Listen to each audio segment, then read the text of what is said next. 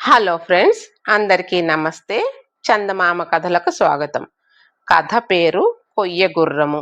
Friends, ఈ కథలో మొదటి భాగము మొన్న చదివాను. ఇది రెండవ భాగము. కొయ్య గుర్రము. మర్నాడు రాజు గగన సౌధానికి వెళ్ళి చూసేసరికి గడచిన రాత్రి కూడా మరెవరో అక్కడికి వచ్చి వెళ్ళారని, తన యోధులు ఆ మనిషిని పట్టుకోలేకపోయారని స్పష్టమైంది. రాజుకు కోపంతో నోట మాట రాలేదు. ఈలోగా ఈ వృత్తాంతం నగరమంతా పాకింది. విన్నావా, రాజుగారు గగన సౌధంలో రాజకుమార్తె దగ్గరికి ఎవరో ఒకడు వచ్చిపోతున్నాడంట, ఎంత అపఖ్యాతి అని పౌరులు ఒకరినొకరు చెప్పుకోనారంభించారు. రాజుగారికి వీధిలో వెళ్ళటానికి కూడా ముఖము చెల్లలేదు.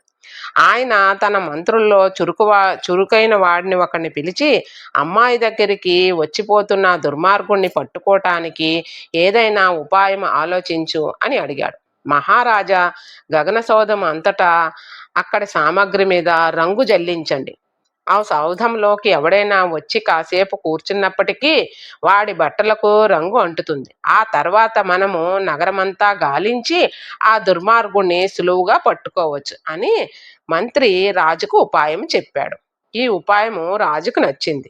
ఆ సాయంకాలం ఆయన గగన సౌధానికి వెళ్ళి అక్కడ ఉండే కుర్చీల మీద, మంచాల మీద అంతటా రంగు జల్లాడు. ఎప్పటిలాగే రాజకుమారుడు ఆ రాత్రి గగన సౌధానికి వచ్చి తెల్లవార్లు రాజకుమార్తెతో గడిపి తెల్లవారుబోతుండగా కొయ్యగుర్రం మీద నగరానికి తిరిగి వెళ్ళాడు. అతని దుస్తుల నిండా రంగు అంటించింది. అది అతను గమనించలేదు. గుర్రంపై బయలుదేరాడు. వెంటనే వాడు గుర్రంపై ఉంటుండగా చూసుకున్నాడు. దుస్తుల నిండా రంగులు అంటుకున్నాయి. ఏం చేద్దునా అనుకుంటూ దుస్తులన్నీ ఒకటొకటిగా కింద పడవేయసాగాడు. ఆ దుస్తులకి రత్నాలు, ముత్యాలు కుట్టుకుని ఉన్నాయి. అయినా లెక్క పెట్టకుండా కిందన పడవేశాడు. రాజకుమారుడు దిగిన నగరంలో ఒక పేద వృద్ధుడు ఉండేవాడు. వాడు రోజు చీకటితోనే లేచి అందరికీ ఉదయ ప్రార్థనలకు లెగ్గొడుతూ ఉండేవాడు. వాడు అలవాటు ప్రకారం తెల్లవారుజామున వీధుల వెంబడి తిరుగుతూ ఉండగా పైనుంచి ఏవో దుస్తులు పడడం కనిపించాయి. వాడు ఎక్కడలేని ఆశ్చర్యంతో వాటిని ఎత్తి చూసి చాలా మేలైన దుస్తులని గ్రహించి ఎంతో ఆనందం పొందాడు. నిశ్చయముగా భగవంతుడు నా కోసం వీటిని పడవేసి ఉంటాడు. బుద్ధెరిగిన నుంచి నేను భగవంతుడి సేవలోనే కదా కాలం వెళ్ళబుచ్చుతున్నాను. అందుకని ఆయనకు నాపై అనుగ్రహం కలిగి ఉంటుంది అనుకున్నాడా వృద్ధుడు. వాడు వాటిని పట్టుకుని ఇంటికి వెళ్ళిపోయాడు. రోజు సాయంత్రం వేళ నగర ప్రజలందరూ దేవాలయానికి వస్తారు. పేద వృద్ధుడు తనకు రానున్న కష్టాన్ని కొంచెం కూడా తెలుసుకోలేక భగవంతుడు తనకు ప్రసాదించిన దుస్తులు ధరించి అందరిలాగే తాను కూడా దేవాలయానికి వెళ్ళాడు. ఎవరి బట్టలకు రంగు అంటిందో అని చూస్తున్న రాజభటులకు అక్కడ ఉన్న వృద్ధుడిపై కళ్ళు పడ్డాయి. వాళ్ళు తనని ఈడ్చుకొని రాజుగారి దగ్గరికి తీసుకొని వెళ్ళారు. రాజుగారి ఆ వృద్ధుణ్ణి చూసి వాడి ఒంటిపై ఉన్న దుస్తులను అంటిన రంగుని చూడగానే రాజుకు రక్తం ఉడికిపోయింది. ఆయన అతనితో, నీ బట్టలకు ఈ రంగు ఎలా అంటింది అని అడిగారు. నాకు అవి వీధిలో దొరికినప్పుడే వాటికి ఆ రంగు అంటి ఉంది మహారాజా అన్నాడా వృద్ధుడు. రాజు వాడి మాటలకు నమ్మకం కలగక అక్కడి ఉన్న అధికారులతో ఆ వృద్ధుణ్ణి హింసించి బలత్కరంగా నేరం ఒప్పించమని చెప్పాడు. తర్వాత వాడి చేతులకు బేడీలు తగిలించి ఉరి తీయటానికి రచ్చకూడలికి తీసుకువెళ్ళారు. ఈ నేరస్తుణ్ణి, వాడికి జరిగే శిక్షను కళ్ళారా చూడటానికి జనము వేలకు వేలుగా ఎగబడ్డారు. రాజకుమార్తె వద్దకు ఎవడో రహస్యంగా వచ్చిపోతున్నాడు. ఇదివరకే నగరమంతా పాకింది కదా ఈ వార్త. అయితే అతను ఎలాంటి వాడో, ఈ మనిషి దొరికాడు కదా, వాడిని చూడటానికి అందరూ అక్కడికి వెళ్ళారు. రాజకుమార్తె లాంటి అపురూపమైన సౌందర్యవతిని మోహింపజేశాడు. ఎలా ఉంటాడో చూడాలని ప్రజలు తహతహలాడారు. తీరా చూడబోతే పట్టుపడిన వాడు ముసలివాడు. వాణ్ణి అందరూ ఎరుగుదురు. ఆ ముసలి వృద్ధుడు రోజు రహస్యంగా గగన సౌధానికి వెళ్ళి రాజకుమార్తెతో గడిపి వస్తున్నాడంటే జగన్నానికి నమ్మకం కలగలేదు. వాణ్ణి ఉరి తీయటము హత్యే తప్ప మరేమి కాదని వారు అనుకున్నారు. రాజకుమార్తె ప్రియుడు దొరికాడని, వాడు తన నేరాన్ని ఒప్పుకున్నాడని, వాడికి ఉరిశిక్ష విధించి రచ్చకుడిలో ఉరి తీయబోతున్నారని జనం అనుకోవడం రాజకుమారుడి చెవున పడింది. వాడు వెంటనే తన కొయ్య గుర్రాన్ని చంకన పెట్టుకుని రచ్చకోడలికి పరిగెత్తాడు. వాడు చేరేసరికి వృద్ధుడి మెడకు ఉచ్చు బిగించి ఉంది. ఉరి తీయకండి, వాడు నిరపరాధి. గగన సౌధానికి వెళ్ళి రాజకుమార్తెతో గడిపింది నేను. వృద్ధుడిపై ఉన్న దుస్తులు నావే. కావలిస్తే నన్ను చంపండి, వాడిని మాత్రం వెంటనే విడిచిపెట్టండి అని రాజకుమారుడు కేకలు పెట్టాడు. కొత్వాలు ఉరిని నిలిపివేసి రాజు దగ్గరికి ఒక మనిషిని పంపాడు. ఆ మనిషి వెళ్ళి రాజుతో, మహారాజా, రచ్చకూడలికి ఒక యువకుడు వచ్చి తానే దోషినంటూ అంటున్నాడు. ఎవరిని ఉరి తీయాలో సెలవివ్వండి అన్నాడు. నేరం ఒప్పుకున్న యువకుడినే ఉరి తీయండి అన్నాడు రాజు. నేరం ఒప్పుకున్నవాడు యువకుడని విన్నాక వృద్ధుడు దోషి అయి ఉండకపోవచ్చని అనుకున్నాడు రాజు. రాజుగారి అనుమతి అందగానే కొత్వాలు వృద్ధుడి మెడకు తగిలించి ఉన్న ఉచ్చును తీసి వాణ్ణి వదిలేసిన తర్వాత ఆయన రాజకుమారుని పట్టుకోమని తన భటులకు ఆజ్ఞాపించాడు. వాళ్ళు తన దగ్గరికి వచ్చేలోగా రాజకుమారుడు కొయ్య గుర్రాన్ని కిందన పెట్టి దానిపై కూర్చొని మర వదులు చేసి అందరూ చూస్తుండగా ఆకాశంలోకి లేచి వెళ్ళిపోయాడు. ఈ దృశ్యాన్ని దూరం నుంచి కళ్ళారా చూస్తున్న రాజుకు భరించరాని కోపం వచ్చింది. స్పృహ తప్పి పడిపోయాడు. రాజకుమారుడు సరాసరి గగన సౌధానికి వెళ్ళాడు. వాడు రాజకుమార్తెను కలుసుకుని, మన ప్రేమ రాను రాను ప్రాణాంతకముగా పరిణమిస్తుంది. నన్ను విడిచి నువ్వు ఉండలేవు, నిన్ను విడిచి నేను ఉండలేను. మన రహస్యం మీ తండ్రికి తెలిసిపోయింది గనుక ఆయన నన్ను నగరంలో ఎక్కడ ఉన్నా వెంటాడుతాడు.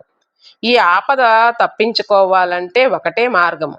నువ్వు కూడా నా వెంట మా దేశానికి వచ్చేయి. మా వాళ్ళు నిన్ను చూసి తప్పక సంతోషిస్తారు అన్నాడు. నిన్ను వదిలిపెట్టాలని నేను ఎప్పుడూ అనుకోలేదు. నీవు ఎక్కడికి రమ్మంటే నీ వెంట నేను అక్కడికి వస్తాను. దాని గురించి వేరే ఆలోచన చేయవలసిన అవసరం లేదు అంది రాజకుమార్తె. ఇద్దరూ గగన సౌధం వెలుపలికి వచ్చి కొయ్య గుర్రంపై ఎక్కి కూర్చొని ఆకాశ మార్గంలో ప్రయాణం అయ్యారు. వాళ్ళు ఎన్నో నదులు, కొండలు, అడవులు దాటి ఒక ఎడారి మీదుగా పోతూ ఉండగా రాజకుమార్తె, అరెరే, పెద్ద పొరపాటు జరిగింది, మనము వెనక్కి వెళ్ళాలి అంది. వెనక్కి వెళ్ళడం దేనికి అన్నాడు రాజకుమారుడు. నా చిన్నతనంలో మా అమ్మ నాకు 2 ఆభరణాలు ఇచ్చింది. నేను పెద్దయ్యాక పెళ్ళాడే సమయంలో వాటిని అత్తమామలకు కానుకగా ఇవ్వాల్సి ఉంటుందని ఆవిడ నాతో చెప్పింది. వాటిని తొందరలో మర్చిపోయి వచ్చాను అంది. మీ ఊరికి అవి లేకుండా ఎలా వెళ్ళాలు అని కూడా ఆశ్చర్యపడింది రాజకుమార్తె. ఈ భాగ్యానికేనా? ఆ ఆభరణాలు లేకపోతే మానేలే, మనం చాలా దూరం వచ్చేసాం అన్నాడు రాజకుమారుడు. లేదు, అవి లేకుండా నేను రాను. పెళ్లికి అత్తమామలకు కట్నములు ఇవ్వకపోతే నేను బతికున్నంత కాలము తలవంపులుగా ఉంటుంది అంది రాజకుమార్తె. ఆమె మనసు బాధ పెట్టడం ఇష్టం లేక రాజకుమారుడు మరలను బిగించి గుర్రాన్ని నేలపై దించాడు. అతను ఆమెను, నీ కోసము నేనిక్కడే వేచి ఉంటాను, నీవు గుర్రంపై వెళ్ళి నీ ఆభరణాలు తీసుకొని ఇక్కడ ఉన్నట్లు తిరిగిరా అన్నాడు.